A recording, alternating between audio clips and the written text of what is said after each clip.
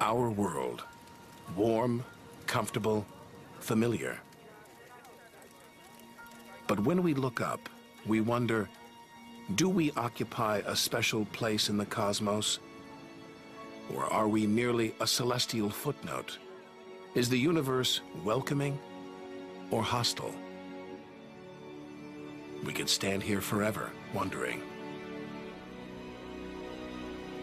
Or we could leave home on the ultimate adventure.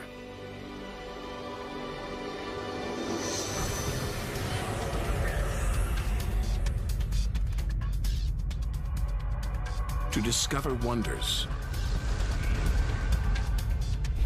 confront horrors, beautiful new worlds,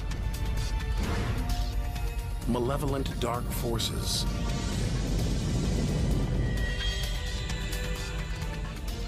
the beginning of time, the moment of creation.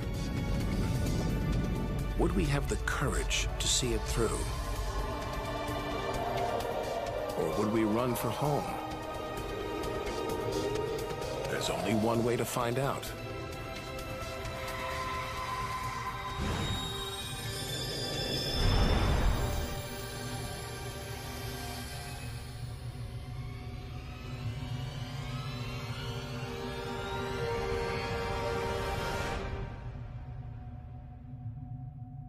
Our journey through time and space begins with a single step. At the edge of space, only 60 miles up, just an hour's drive from home. Down there, life continues. The traffic is awful, stocks go on trading, and Star Trek is still showing.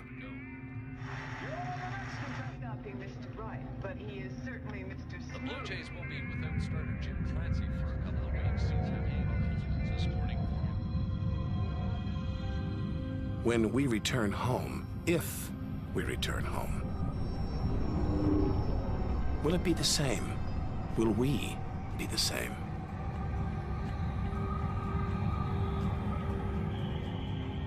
We have to leave all this behind to dip our toes into the vast dark ocean.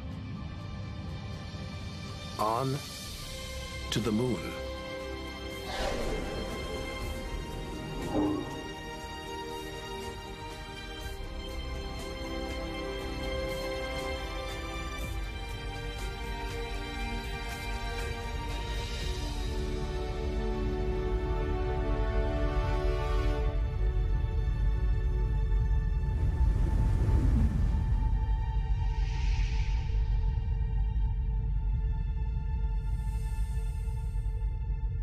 Dozens of astronauts have come this way before us.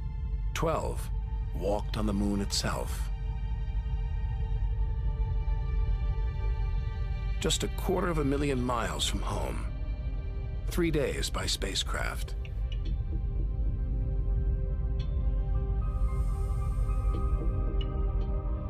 Barren. Desolate. It's like a deserted battlefield, but oddly familiar. So close, we've barely left home.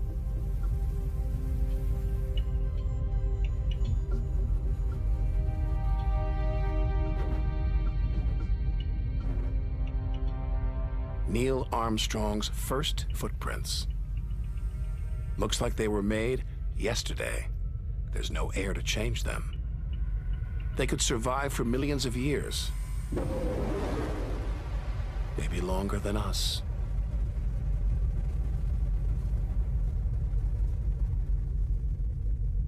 Our time is limited. We need to take our own giant leap. 1 million miles, 5 million, 20 million miles. We're far beyond where any human has ever ventured. Out of the darkness, a friendly face. The goddess of love. Venus. The morning star. The evening star. She can welcome the new day in the east, say goodnight in the west.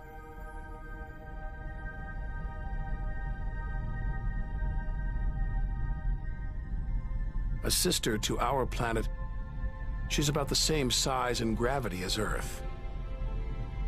We should be safe here. But the Venus Express space probe is setting off alarms. It's telling us these dazzling clouds, they're made of deadly sulfuric acid. The atmosphere is choking with carbon dioxide.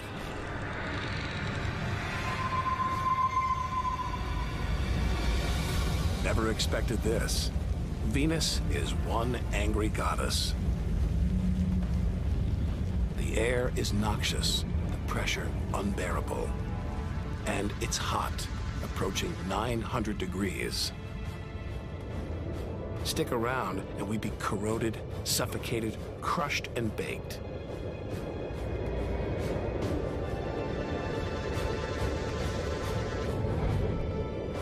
Nothing can survive here. Not even this Soviet robotic probe. Its heavy armor's been trashed by the extreme atmosphere.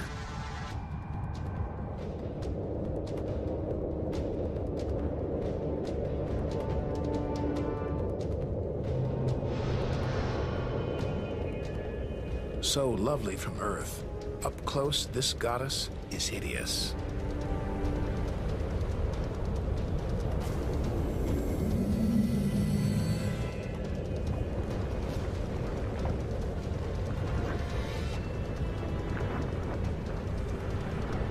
She's the sister from hell, pockmarked by thousands of volcanoes. All that carbon dioxide is trapping the sun's heat. Venus is burning up. It's global warming gone wild. Before it took hold, maybe Venus was beautiful, calm, more like her sister planet Earth. So this could be Earth's future. Where are the twinkling stars? The beautiful spheres gliding through space? Maybe we shouldn't be out here. Maybe we should turn back. But there's something about the sun, something hypnotic, like the Medusa, too terrible to look at, too powerful to resist. Luring us onwards, on, like a moth to a flame. Wait, there's something else, obscured by the sun. It must be Mercury. Get too close to the sun, this is what happens. Temperatures swing wildly here. At night, it's minus 275 degrees. Come midday, it's 800 plus. Burnt, then frozen.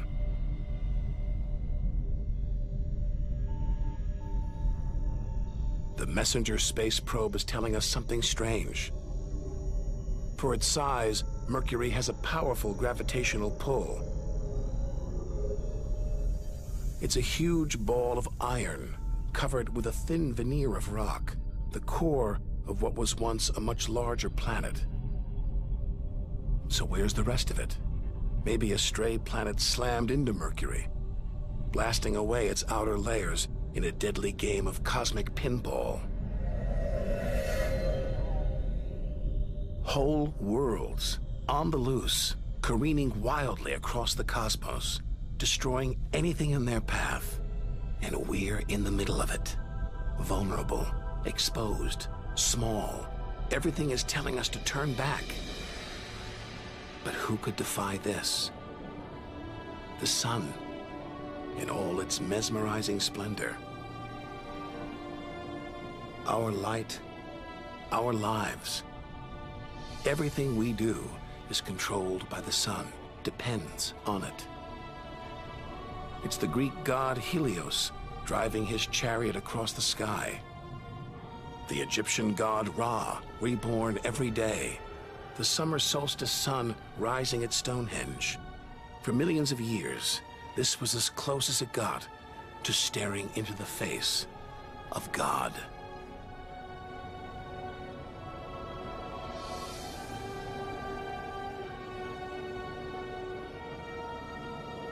It's so far away.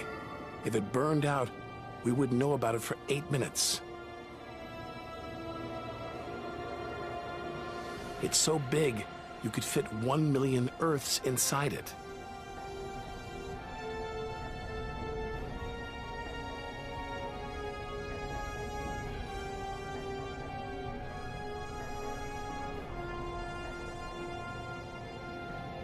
But who needs numbers? We've got the real thing. We see it every day, a familiar face in our sky. Now, up close, it's unrecognizable. A turbulent sea of incandescent gas.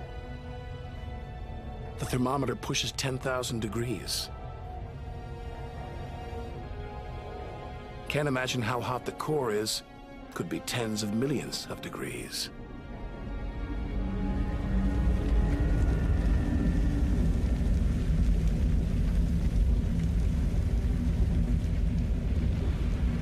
Hot enough to transform millions of tons of matter into energy every second. More than all the energy ever made by mankind. Dwarfing the power of all the nuclear weapons on Earth. Back home, we use this energy for light and heat. But up close, there's nothing comforting about the sun. Its electrical and magnetic forces erupt in giant molten gas loops. Some are larger than a dozen Earths, more powerful than 10 million volcanoes.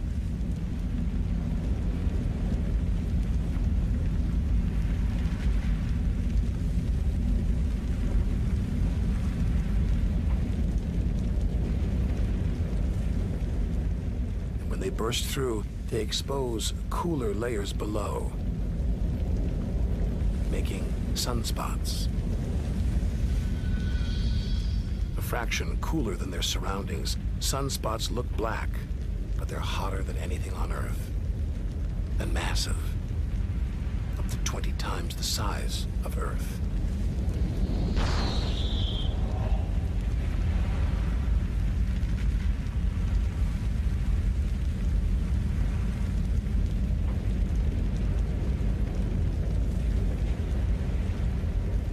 But one day, all this will stop. The sun's fuel will be spent.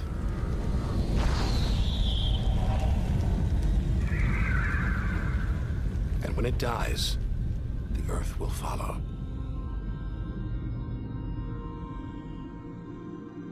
This God creates life, destroys it, and demands we keep our distance.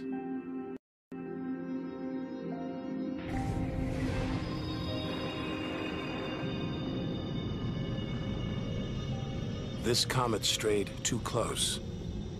The sun's heat is boiling it away, creating a tail that stretches for millions of miles.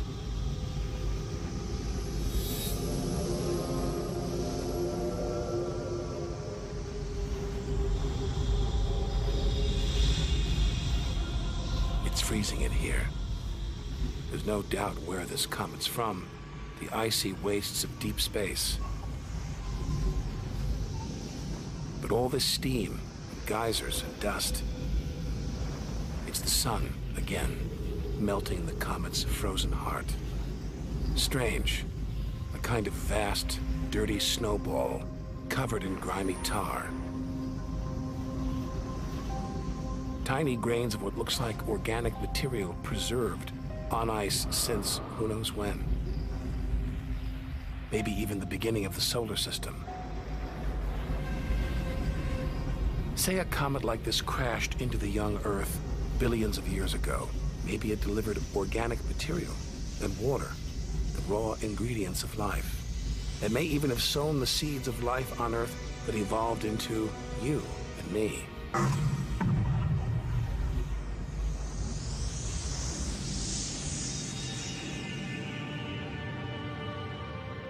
But say it crashed into the Earth now. Think of the dinosaurs, wiped out by a comet or asteroid strike. It's only a question of time. Eventually, one day, we'll go the way of the dinosaurs.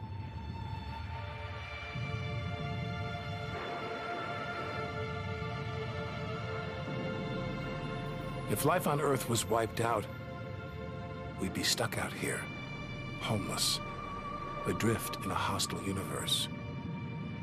We need to find another home.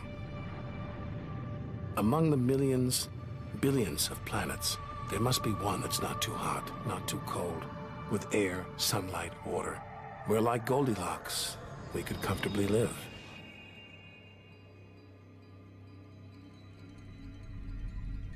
The red planet. Unmistakably, Mars. For centuries, we've looked to Mars for company, for signs of life.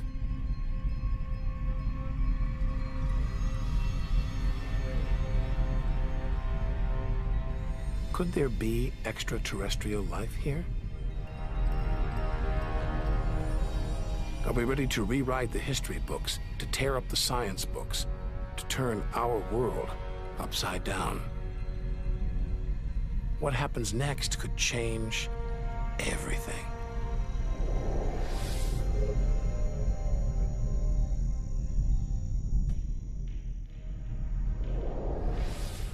Mars is the planet that most captures our imagination. Think of B-movies, sci-fi comics. What follows? Martians. It's all just fiction, right?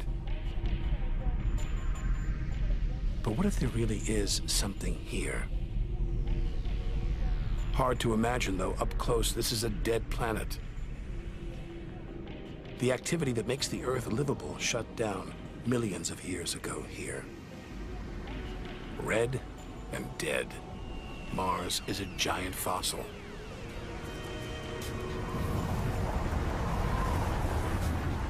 Wait. Something is alive. A dust devil. A big one. Bigger than the biggest twisters back home. There's wind here. And where there's wind, there's air. Could that air sustain extraterrestrial life?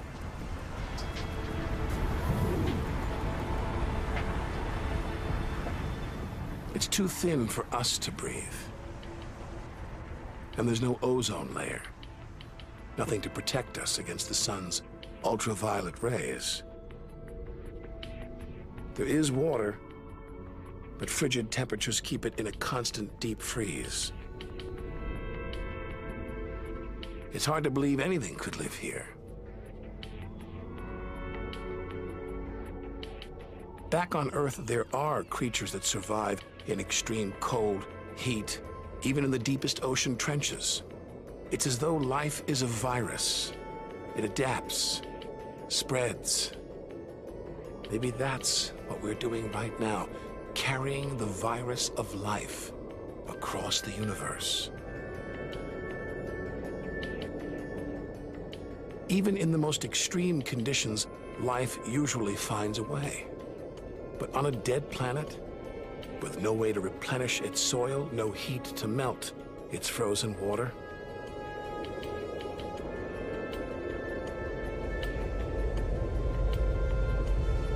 all this dust, it's hard to see where we're going.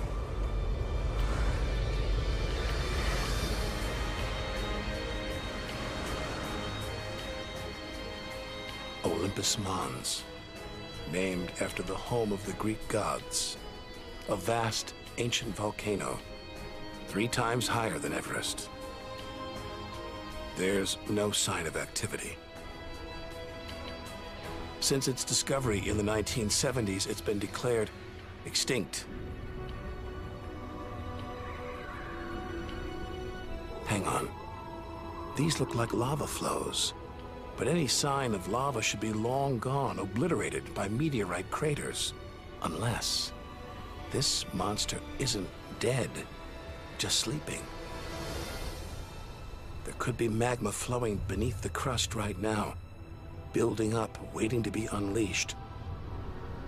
Volcanic activity could be melting frozen water in the soil, pumping gases into the atmosphere, recycling minerals and nutrients, creating all the conditions needed for life. This makes the Grand Canyon look like a crack in the sidewalk. Endless desolation, so vast it would stretch all the way across North America.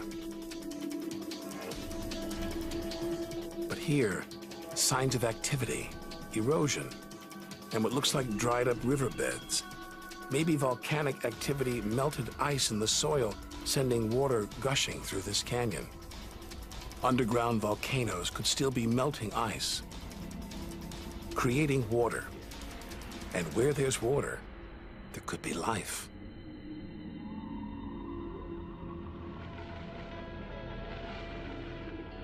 The hunt for life is spearheaded by this humble fellow, the NASA rover Opportunity.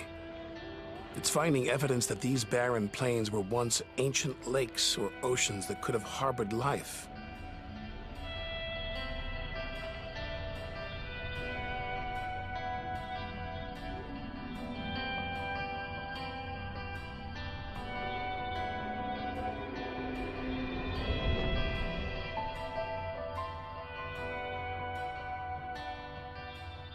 Look at those gullies.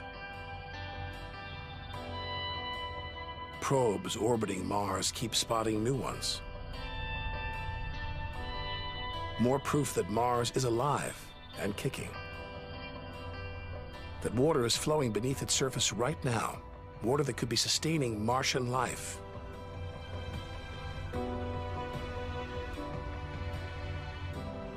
Now all we have to do is find it.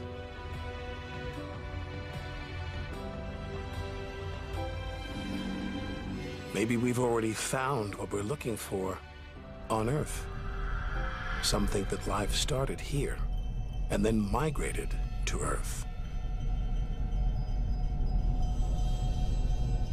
An asteroid impact could have blasted fragments of Mars, complete with tiny microbes, out into space and on to the young Earth, where they sowed the seeds of life. No wonder we find Mars fascinating. This could be our ancestral home. It could be we are all Martians. The Mars we thought we knew is gone, replaced by this new active changing planet.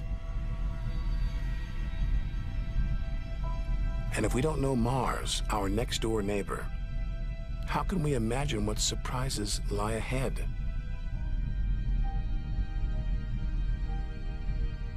Our compass points across the cosmos, back in time 14 billion years, to the moment of creation.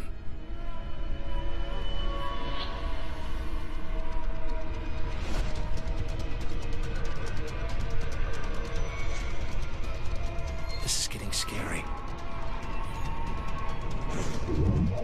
It's like being inside a giant video game.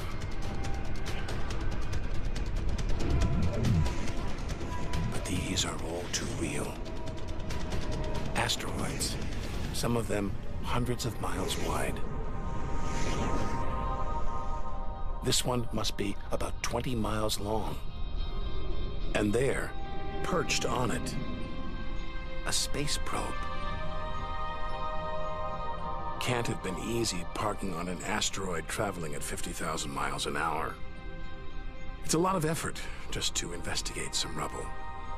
Rubble that regularly collides, breaks up, and rains down on Earth as meteorites. Our ancestors saw shooting stars as magical omens, and they were right. Rubble like this came together to make the planets, including our own. Pretty magical. By dating the meteorites found on Earth, we can tell the planets were born 4.6 billion years ago. These are the birth certificates of our solar system. For some reason, these rocks didn't form into a planet. Something must have stopped them. Something powerful.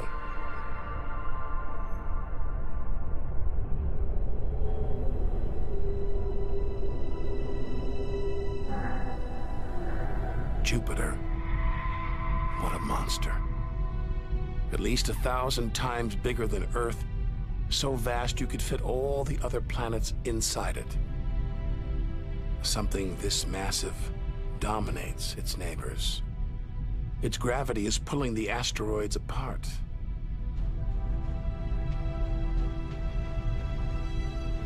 And it's breathtaking.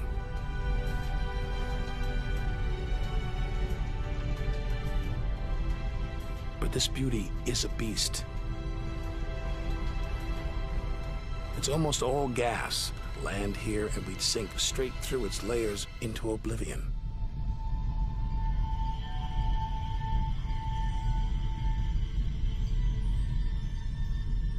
And Jupiter's good looks, the product of ferocious violence. It's spinning at an incredible rate, whipping up winds to hundreds of miles an hour, contorting the clouds into stripes, eddies, whirlpools. And this, the legendary Great Red Spot. The biggest, most violent storm in the solar system. At least 3 times the size of Earth, it's been raging for over 300 years.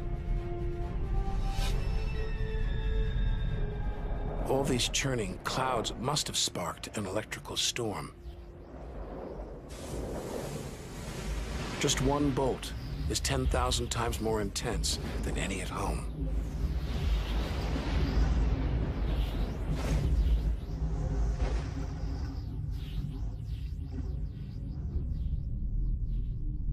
Looks like the safest place to see Jupiter is from a distance. Up there at the poles, those dancing lights, they're like the auroras back home. But the Geiger counter is going wild. Even these are deadly, generated by lethal radiation.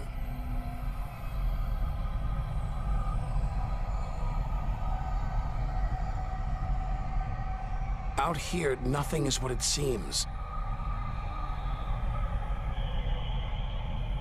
The universe is full of terrors, traps,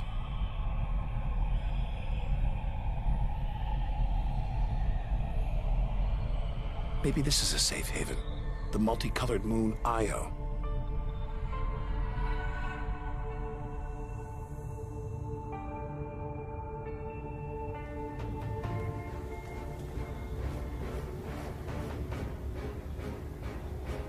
Wrong.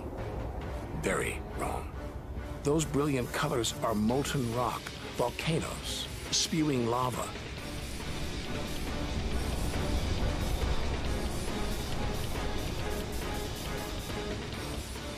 Our journey across the universe is turning into a struggle for survival. We've got to hope that if we outlast the dangers, we'll be rewarded by wonders beyond imagination.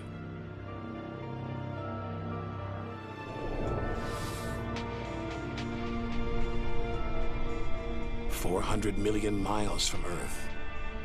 Flying a commercial airliner here would take nearly a century. What a weird-looking place. And yet, strangely familiar. A bit like the Arctic, with all that ice, all those ridges and cracks.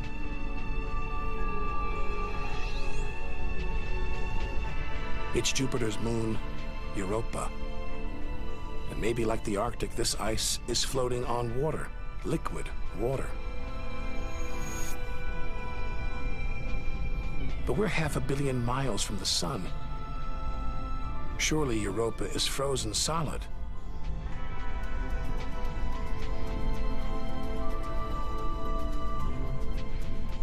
Unless Jupiter's gravity is creating friction deep inside, heating the ice into water, allowing life to develop in the waters beneath its frozen crust.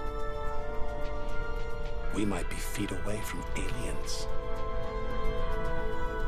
From a whole ecosystem of microbes, crustaceans, maybe even squid. The only thing between us and the possibility of alien life, this layer of ice. But until we send a spacecraft to drill here, Europa's secrets will remain beyond reach.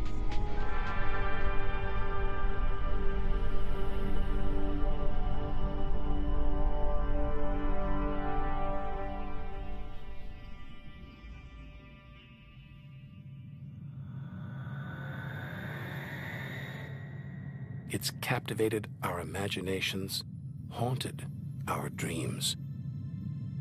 And here it is, spinning before our eyes. Saturn, named for the Roman god who reigned over a golden age of peace and harmony.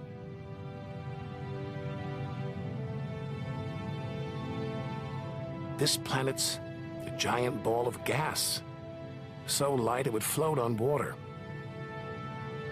Its spectacular rings would stretch almost from Earth to the moon.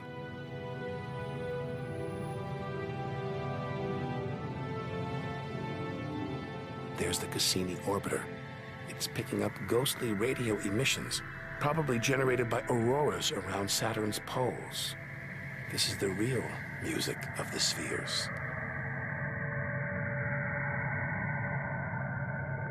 Cassini's telling us where these rings came from. They're the remnants of a moon shattered by Saturn's gravitational pull. Incomparable beauty from total destruction.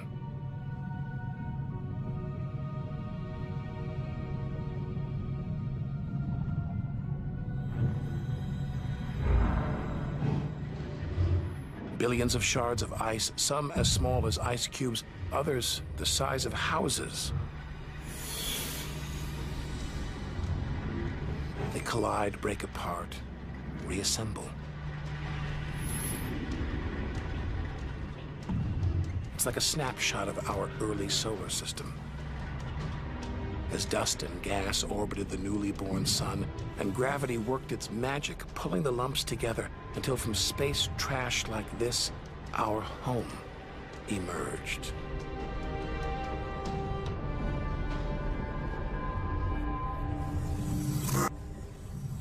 We could stay here forever.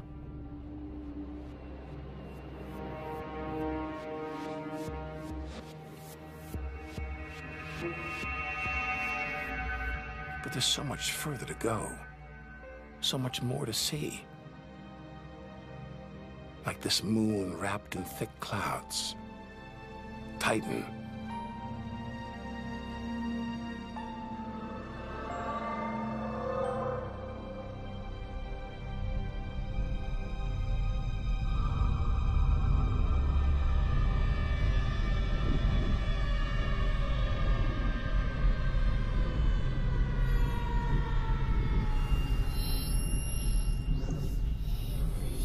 There's an atmosphere down here.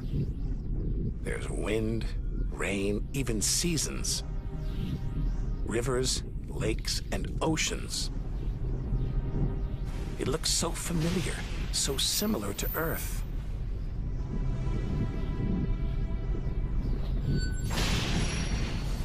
But that's not water. It's liquid natural gas. Hundreds of times more natural gas than all the Earth's oil and gas reserves. Maybe one day we'll use this energy to fuel a colony. Assuming there isn't life here already.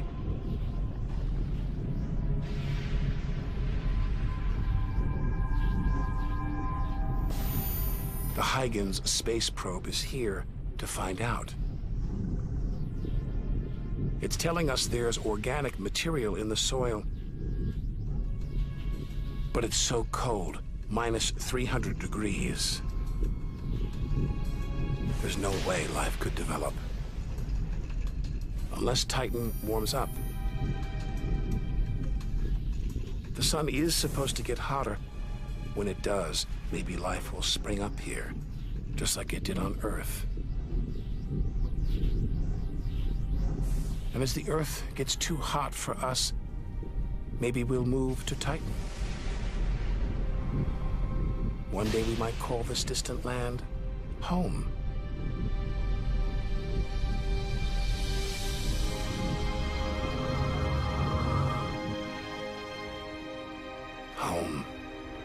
We're at least 700 million miles away now. After this, we lose visual contact with Earth. We're standing on a cliff, looking out over a great chasm that stretches to the beginning of time. Do we have the courage to jump? We're in the solar system's outer reaches. Unseen from Earth, unknown for most of history. It's like diving into the depths of the ocean.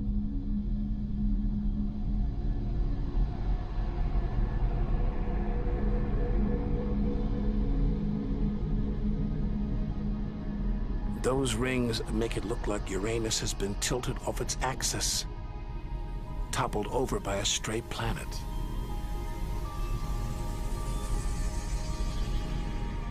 It's eerie out here. Already beginning to feel small, lonely. Maybe this is how we'll feel at the edge of the universe.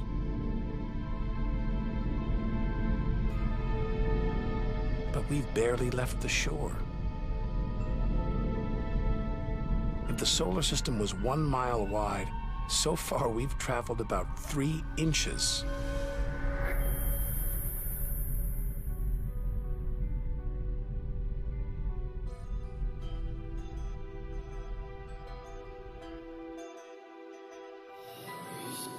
Out of the deep, another strange beast, the god of the sea, Neptune. This world is covered in methane gas, and a storm as big as Earth, whipped up by savage 1,000-mile-an-hour winds. Back home, it's the sun that drives the wind. But Neptune's far away. Something else must be creating these ferocious winds. But what? We know very little about our own solar system.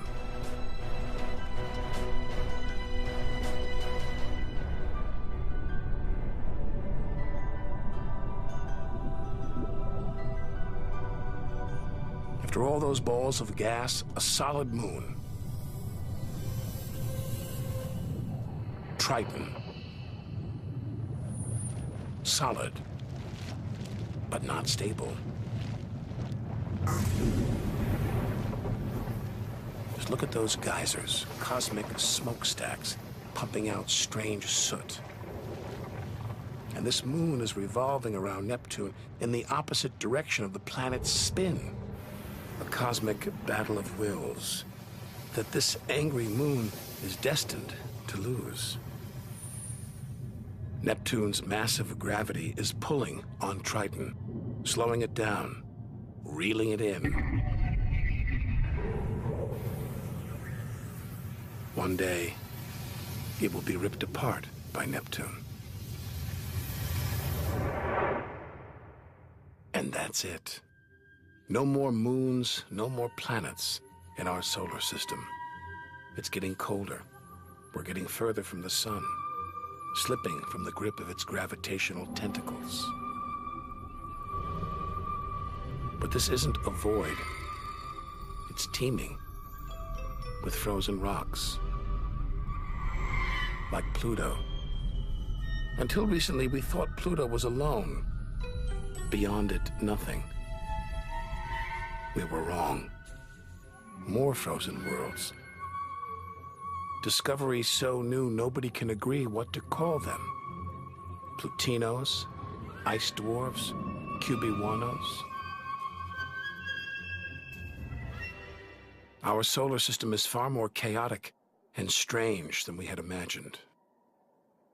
Now we're 8 billion miles from home. The most distant thing ever seen that orbits the sun. Another small, icy world, Sedna, discovered in 2003. Its orbit takes 10,000 years to complete.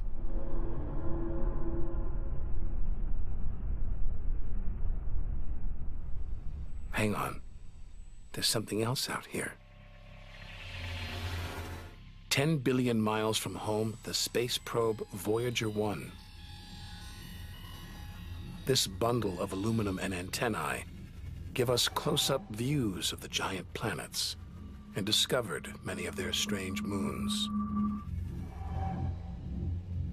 It's traveling 20 times faster than a bullet, sending messages home.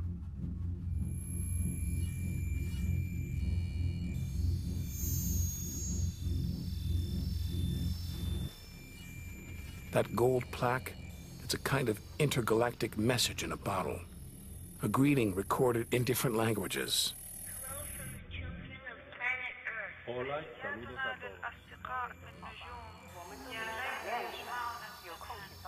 And a map showing how to find our home solar system.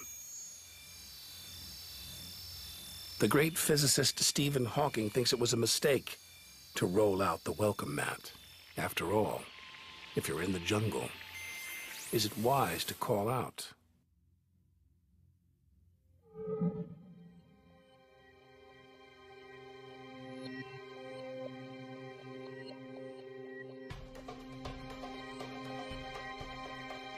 These comets look like the ones we saw earlier.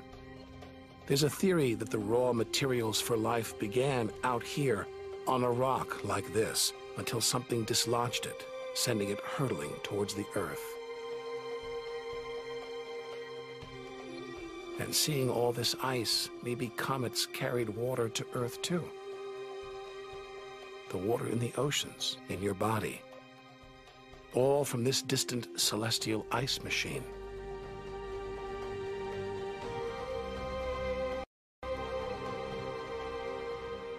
We're 5 million, that's 5 trillion miles from home. But this is still only a baby step. Ahead, trillions of miles, billions of stars. Time to stop looking back and start looking ahead. To step out into the big wide universe.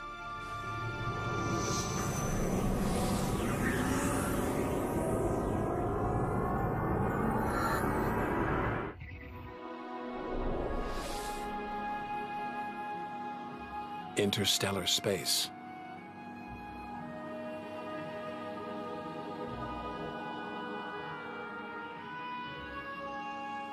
Billions of stars like our own sun, many with planets, many of those with moons.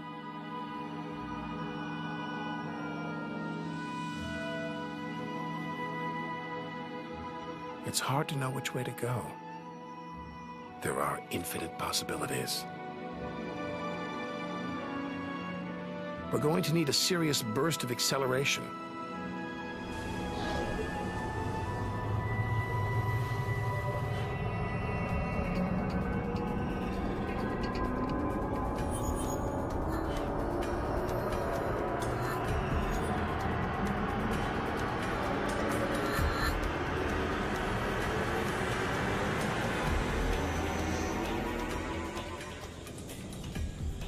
$25 trillion miles from home.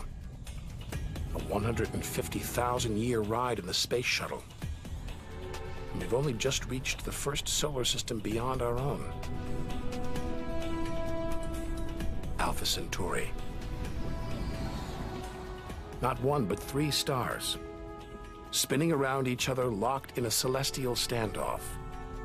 Each star's gravity attracting the other, their blazing orbital speed keeping them apart.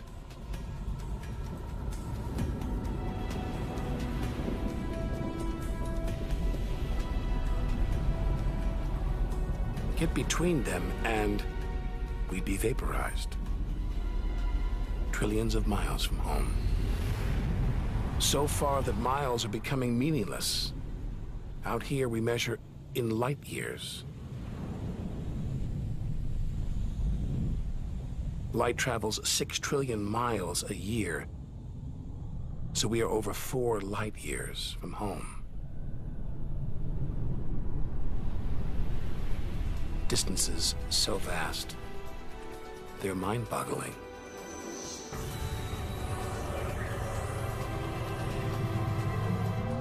Who knows what strange forces lie ahead, what we'll discover when, if, we reach the edge of the universe.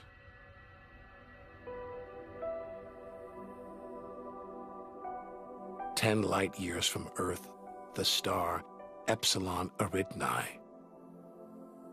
Spectacular rings of dust and ice, and somewhere in there planets forming out of the debris, being born before our eyes.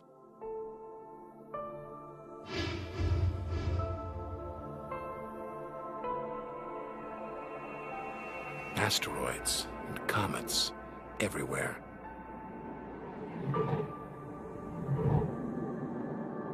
We could almost be looking at our own solar system billions of years ago, with comets delivering the building blocks of life to these young planets.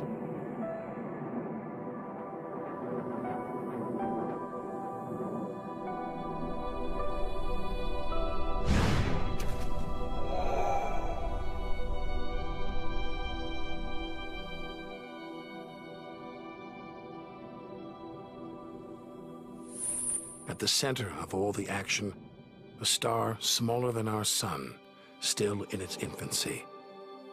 Any life in this solar system would be primitive at best.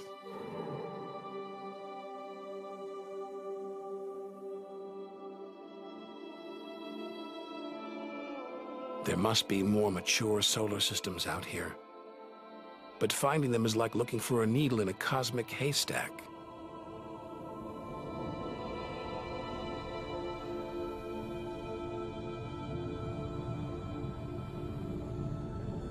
"20 light years from Earth. Star Gliese 581.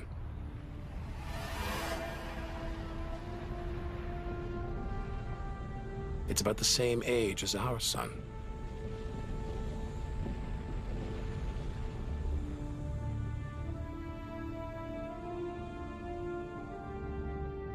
This planet is just the right distance from its sun. Any closer and water would boil away, any further, and it would freeze. Ideal conditions for life to emerge.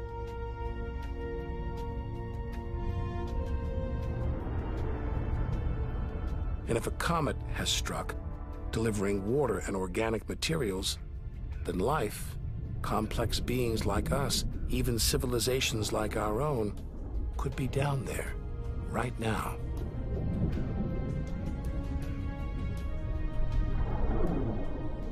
They could be tuning into our TV signals, watching shows from 20 years ago. And here's your host, Joe Douglas. But until we devise a way of communicating over these vast distances, all we can do is speculate. Us and them, living parallel lives, unaware of each other's existence.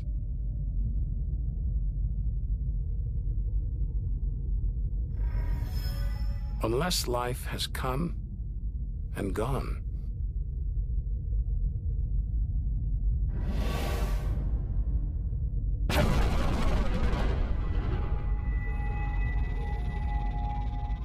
That's the problem with comets. They're creators and destroyers, as the dinosaurs found out the hard way. This is the needle in the cosmic haystack, the closest we've come to a habitable solar system like our own, but it's a chance encounter. There could be hundreds, millions more solar systems like this out there, or none at all.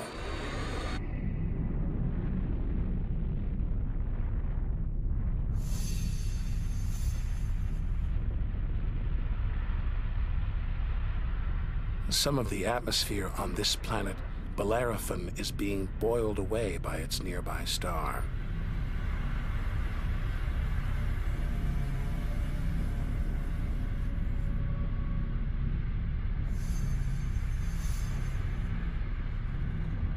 From Earth, we can't see planets this far out. They're obscured by the brilliance of their neighboring stars. But the planets have a minute gravitational pull on those stars. Measure these tiny movements, and we can prove they exist.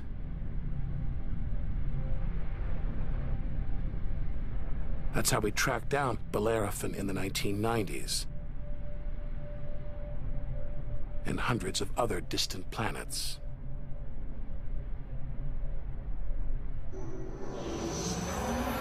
"65 light years from Earth. Turn on your TV here and you'd pick up Hitler's Berlin Olympics."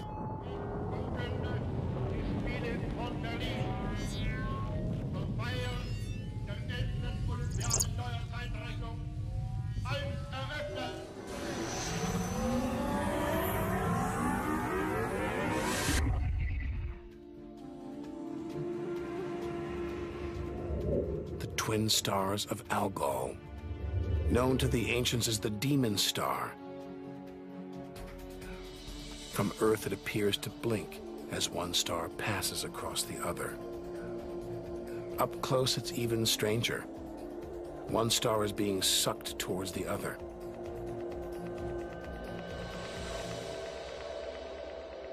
Almost 100 light years from home, faint whispers from one of the first ever radio broadcasts. We appreciate it if anyone hearing this broadcast would communicate with us. We are very anxious to know how far the broadcast is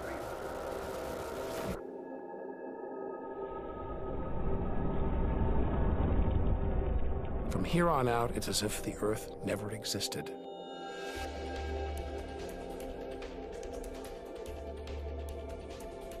Feels like a lifetime since we stood on that beach, looking up at the sky, wondering where and how we fit in. We've learned one thing for sure. The universe is too bizarre, too startling, for us to guess what lies ahead.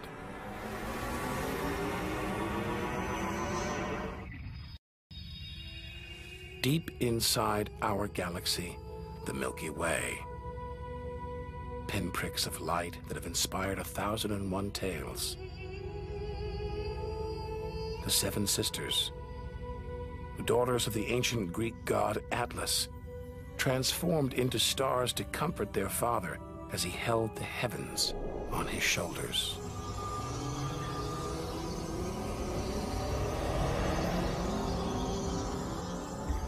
And this giant, Betelgeuse, the brightest, biggest star we've seen so far, 600 times wider than our sun.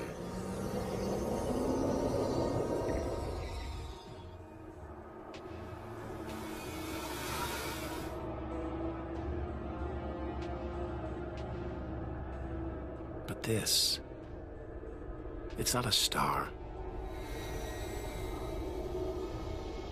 not a planet. Not like anything we've seen.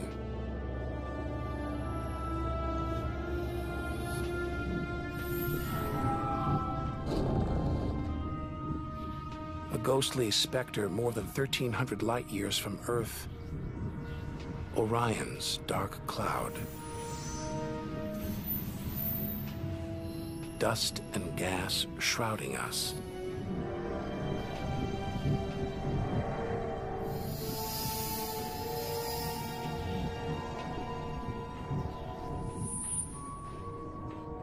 There, deep inside, a light, pulling the dust and gas towards it, heating up, merging into a ball of burning hot gas. Like a star, like our sun, in miniature. Inside, it's millions of degrees. So hot it's beginning to trigger nuclear reactions, the kind that keep our sun shining, making energy, radiation, light. A star is being born.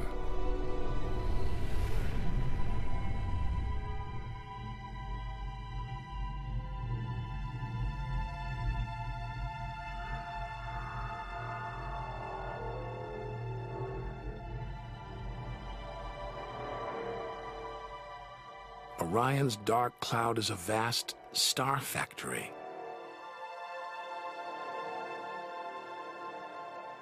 We're witnessing the birth of the future universe.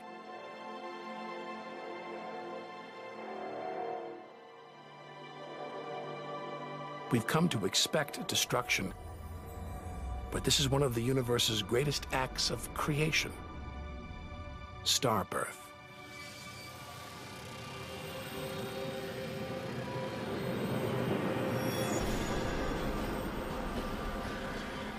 This doesn't look right.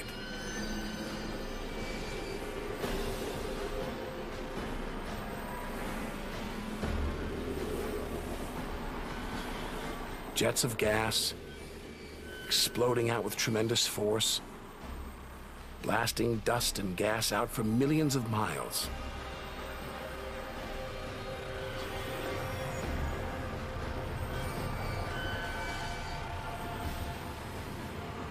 It's unbelievably violent and creative. Nebula. Vast, glowing clouds of gas hanging in space. With no wind out here, they'll take thousands of years to disperse. They seem to be forming a vast stellar sculpture. Nature is more than a scientist, an engineer. It's an artist on the grandest of scales.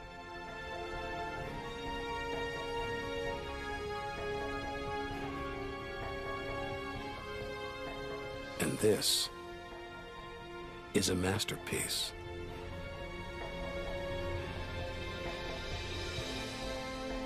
Stars are born, grow up, and then what? Do they die? Do they slip quietly into the night or go out with a bang?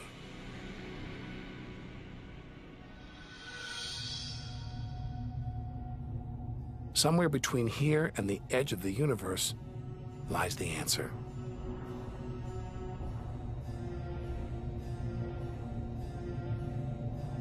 Luminous clouds suspended in space, encircling what was once a star like our own sun. All that's left of it are these brightly colored gases, elements formed by nuclear reactions deep inside, released into space on its death. Green and violet, hydrogen and helium, the raw materials of the universe.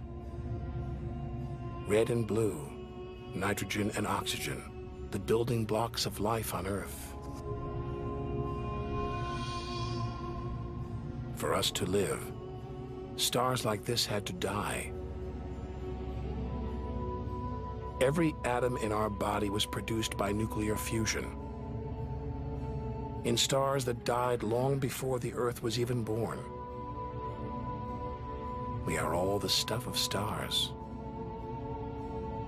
Our family tree begins here.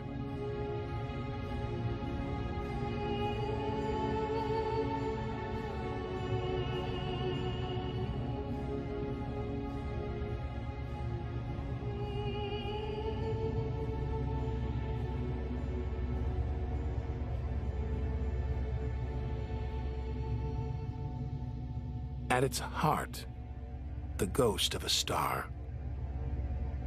A white dwarf. White, hot, small, but unbelievably dense. In the star's dying moments, its atoms fused and squeezed together, making it so dense that just a teaspoon of this white dwarf would weigh 1 ton.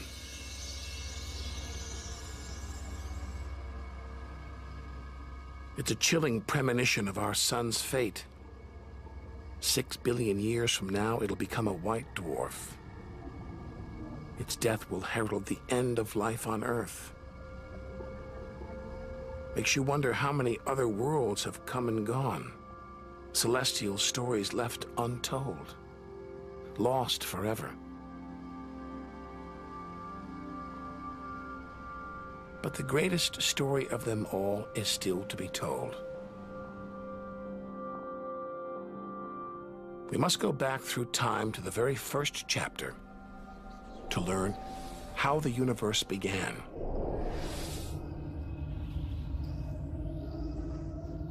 The scattered remains of a dead star, the Crab Nebula. 6,000 light years from home, deep inside a stellar graveyard. We've learned so much, seen things we'd never have believed possible. Now sights like this, wonders once beyond imagination, we take in our stride. We're ready to face whatever lies ahead, determined to reach the edge of the universe. This is the calm after the storm, after a massive explosion, a supernova that turned a star into dust and gas.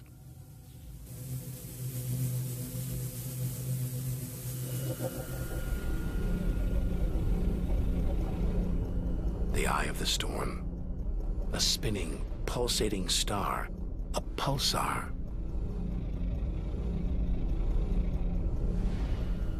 Gravity has squeezed the giant star's core down to this. It's just 12 miles across, unimaginably dense. One pinhead of this would weigh hundreds, maybe millions of tons. And as it shrank, like a figure skater spinning on the spot, arms outstretched, then pulling them in, it began to spin faster.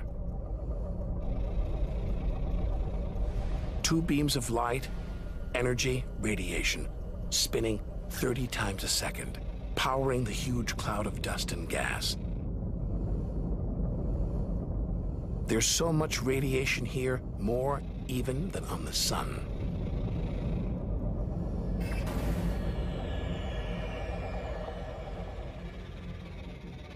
That was easily the deadliest thing we've encountered so far.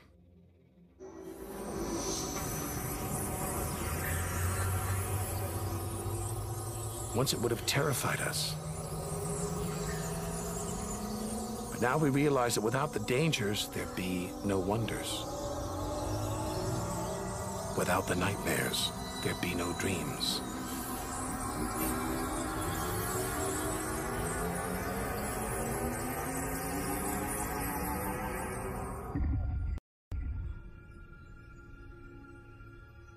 Getting a strange sensation. A feeling as though there's something bad out here. A malevolent presence. The one thing we didn't want to encounter. Impossibly black, blotting out the stars behind it. We're staring into the face of extinction. The remains of a giant star. A black hole.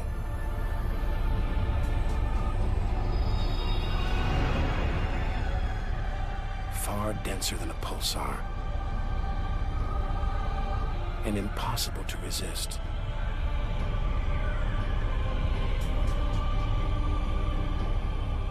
Its gravity is so intense not even light can escape.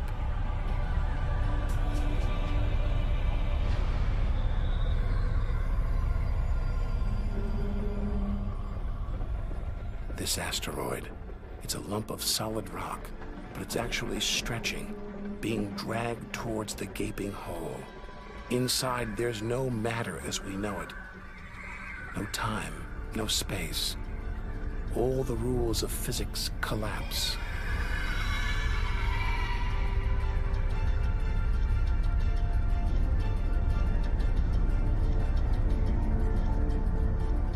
The asteroid is gone. Nobody really knows where. This is the edge of human understanding. There could be millions of black holes creeping around our galaxy, more perhaps than all the stars in the sky. But we wouldn't see them until it was too late.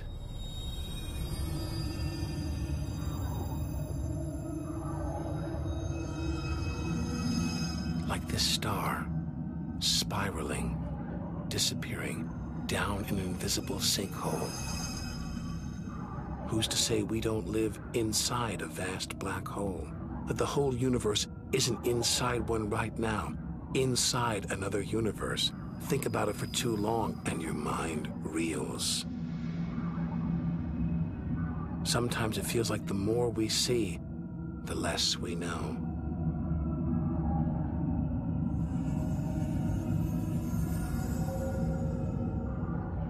And we're still in our own galaxy, the Milky Way. The vastness of the universe beyond still lies ahead. The wonders, the dangers, the secrets, they're out there, waiting to be discovered.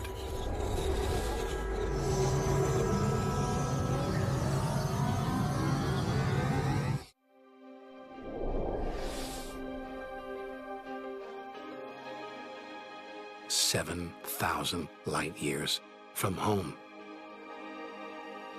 It's as though we're in a forest thick with trees, each so beautiful, so fascinating, it's impossible to look beyond, to see the bigger picture. We have to find a way through to reach the clearing at the galaxy's edge.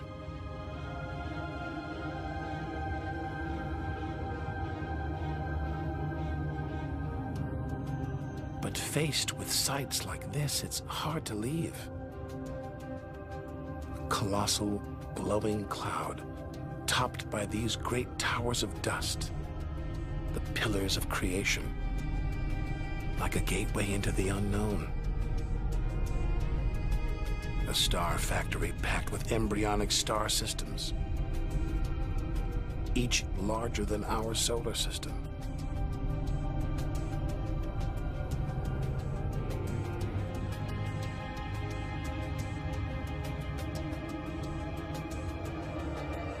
We have to resist its siren song, tear ourselves away, to carry on towards the edge of the galaxy.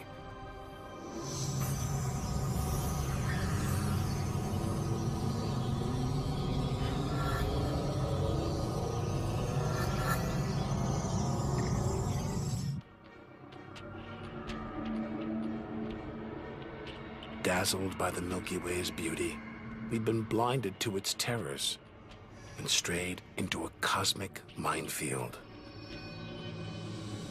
Like an explosion in slow motion.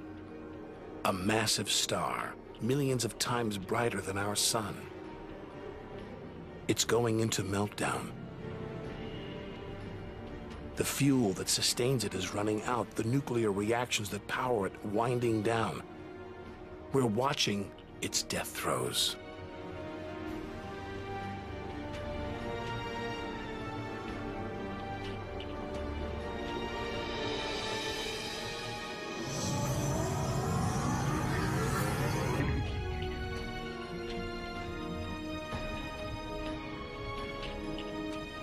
An even bigger, dangerously unstable star.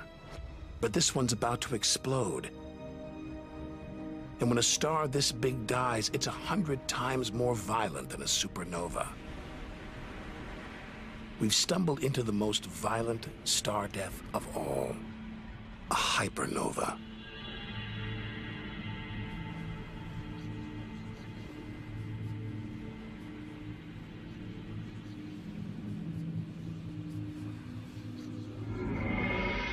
The core's collapsed. It's becoming a black hole.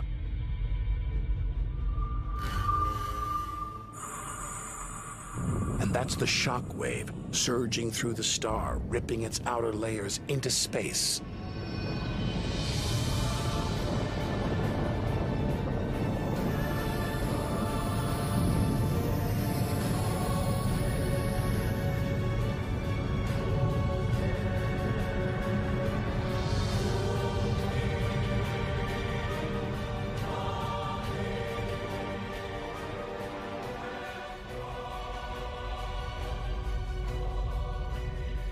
Deadly hypernovas, frozen comets, scorched planets, white dwarfs, red giants. Tiny drops in a vast pool of white light. Our home galaxy, the Milky Way. We wanted to know where we fit in. Here's our answer.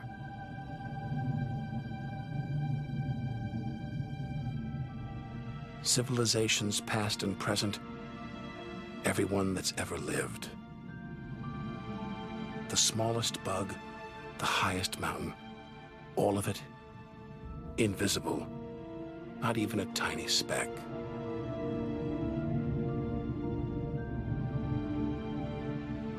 Our home is a minor planet orbiting an insignificant star.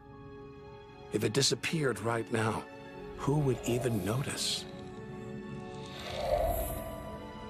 And yet, so far we've found nowhere else we would rather live, nowhere we could live. It's only now, far from home, that we're beginning to truly appreciate it.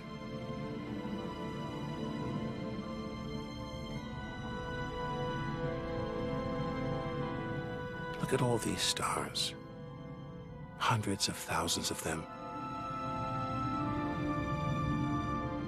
Surely one of them, more than one, must be capable of supporting life.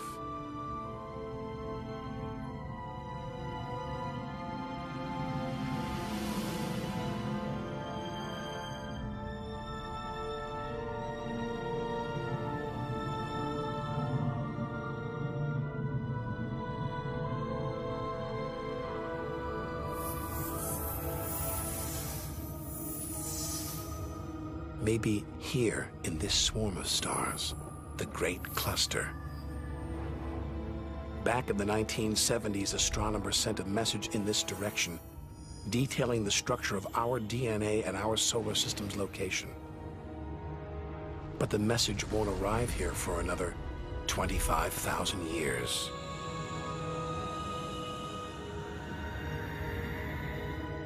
We haven't found alien life yet. But neither have we found any reason to believe it isn't out there, somewhere. There's an equation devised to estimate the number of other advanced civilizations. The result is startling. There could be millions of civilizations just in our own galaxy.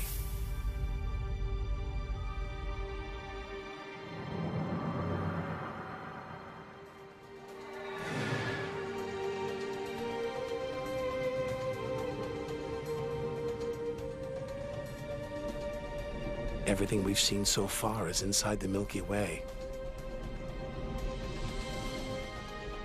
Now we're ready to leave our home galaxy, to enter intergalactic space. Here's our chance to solve the ultimate mystery and experience the moment of creation.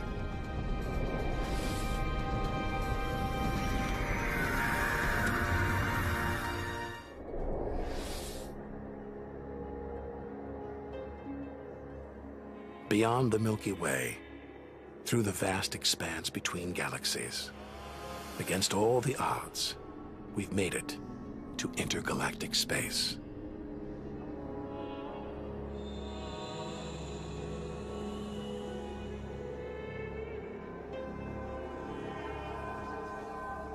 Out here, there's no horizon in sight. Even the closest galaxies are hundreds of thousands of light years away.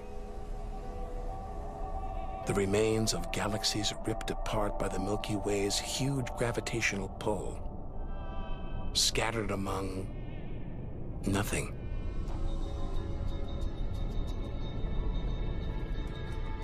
This is as close as the universe gets to a perfect vacuum.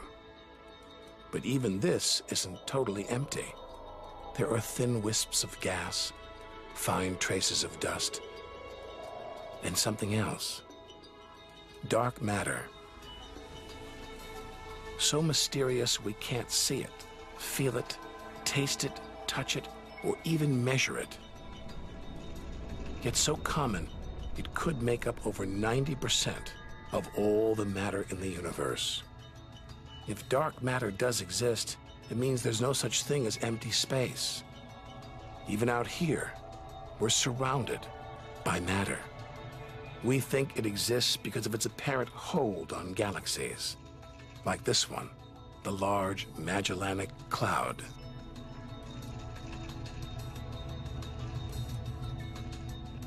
A 6 billion year journey in today's fastest spacecraft. 160,000 light years from the Milky Way at the edge of its gravitational reach. This galaxy should spin off into space, but something is holding it here. Something invisible, powerful. Dark matter. Stars. Clusters of stars. Nebulae. It's a vast astronomical treasure trove.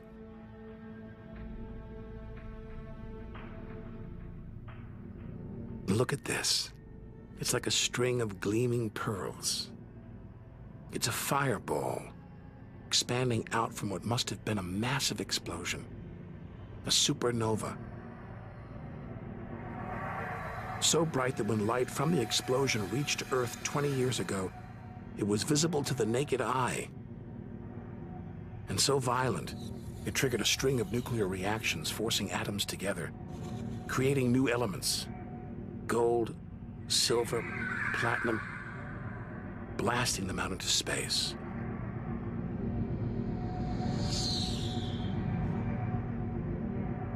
The gold in the ring on your finger was forged in a massive supernova like this, trillions of miles away, billions of years ago.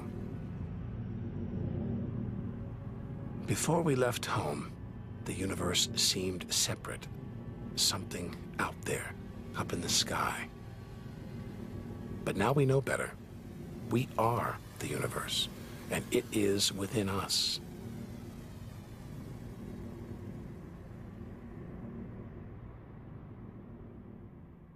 It's comforting to remember as we venture through this abyss. Further and further. Faster and faster.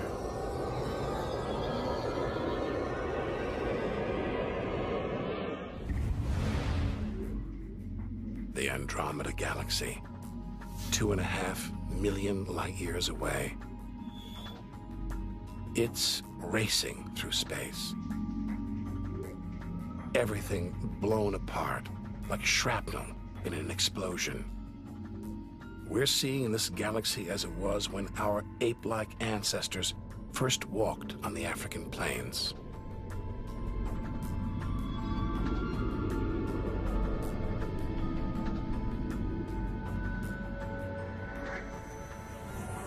Further through space, and further back in time. Hold on. This doesn't look right. A whole galaxy exploding? The only thing large enough to cause an explosion on this scale is another galaxy. It looks like the end of the world. But this galaxy won't die. It'll be reborn. A new shape, perhaps even new stars, as dust and gas collide, creating friction, shock waves, triggering the birth of stars.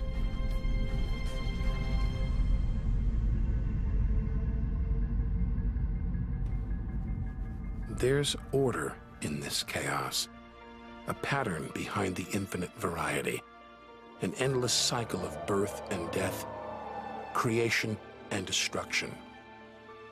It's a pattern woven through the vast fabric of space that binds each of these galaxies. There are billions of galaxies, each with billions, even trillions of stars. Maybe more stars than there are grains of sand on all the beaches on Earth.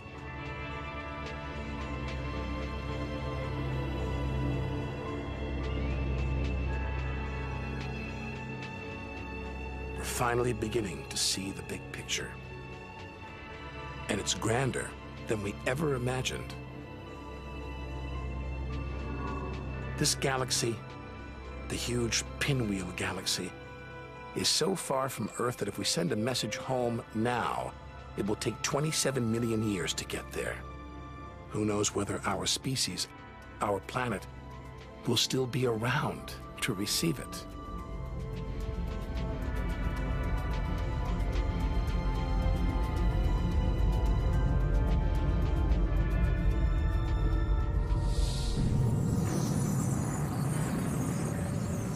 travel on, back through time. Past the point where the dinosaurs were wiped out. Past the moment where the first creatures crawled onto land.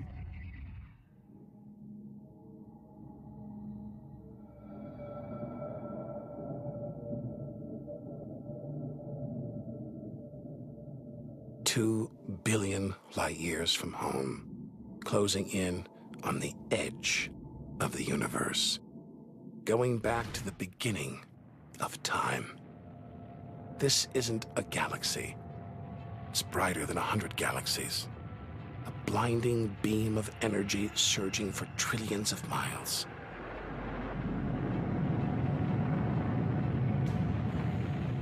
Something this big, this bright, must be incredibly powerful. Experience tells us, out here, power equals danger. It looks like a quasar, the deadliest thing in the universe. Our journey could be over.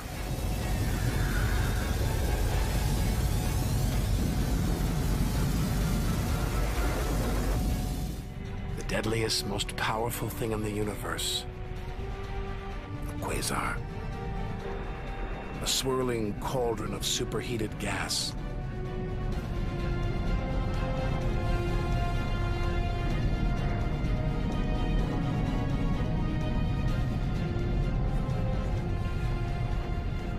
This beast has a heart of darkness. A supermassive black hole, as heavy as 1 billion suns.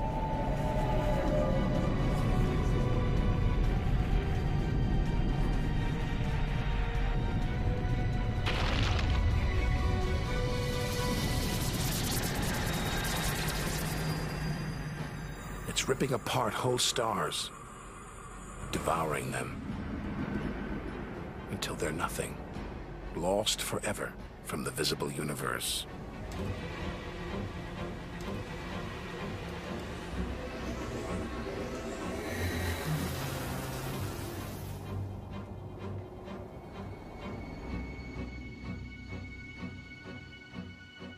We think, we hope, we pray we've seen the worst the universe can throw at us, but no one can know what lies ahead.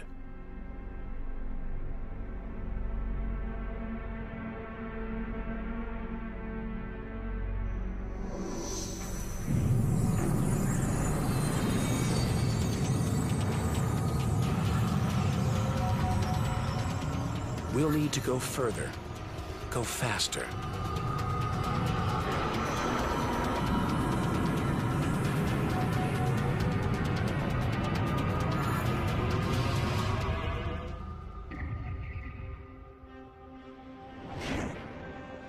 $8 billion light years from home, more galaxies. But these look different, ragged, small, close together. We're so far back in time, we're seeing these galaxies as they were before the Earth was born. They're still young, still growing. We're getting close to where and how it all began.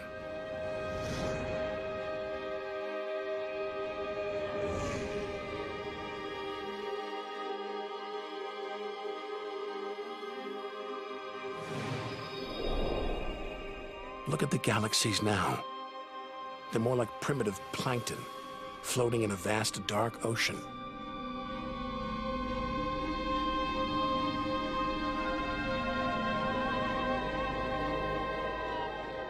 Clouds of dust and gas, dancing, twirling, merging to make embryonic galaxies.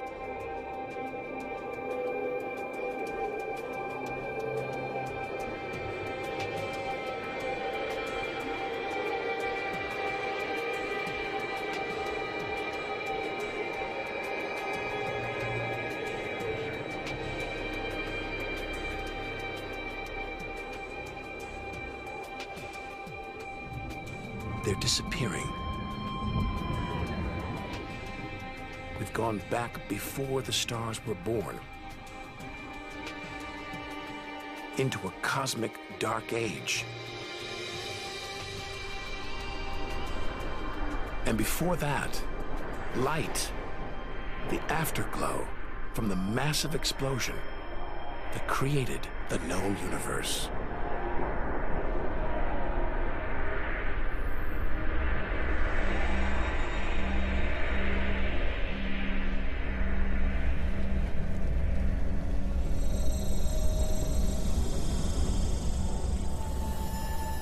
This is it. We've made it. The edge of the universe. 80 billion trillion miles from home. 13.5 billion years ago.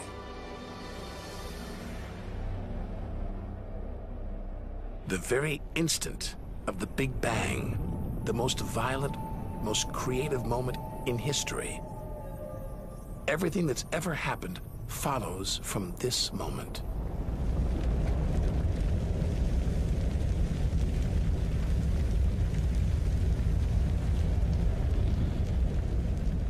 Every religion, every culture has pondered it. But we still don't know what sparked this act of creation, or why. This is where our journey ends,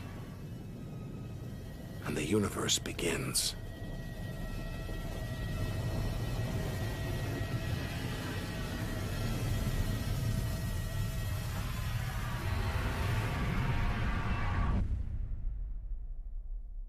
An infinitely hot, small, dense point erupts.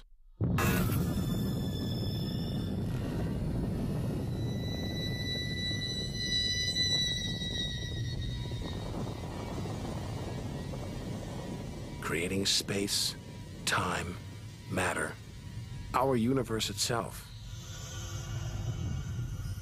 First, it's the size of a subatomic particle. The tiniest fraction of a second later, it's big enough to hold in the palm of your hand. Moments later, it's the size of the Earth.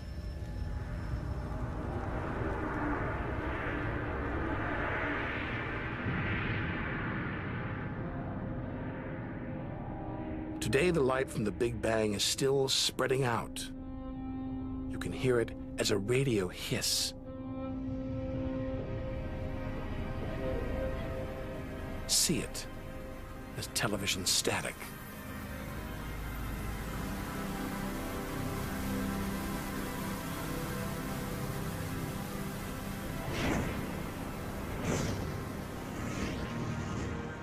All the wonders we've seen on our journey are sparks flying out from the Big Bang.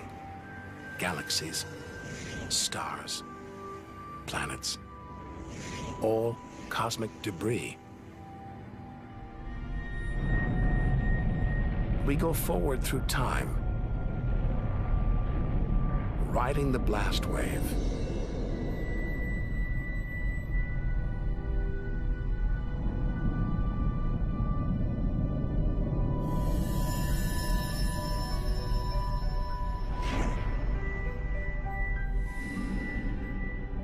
Until we reach another cooling cinder swirling in the afterglow of the Big Bang.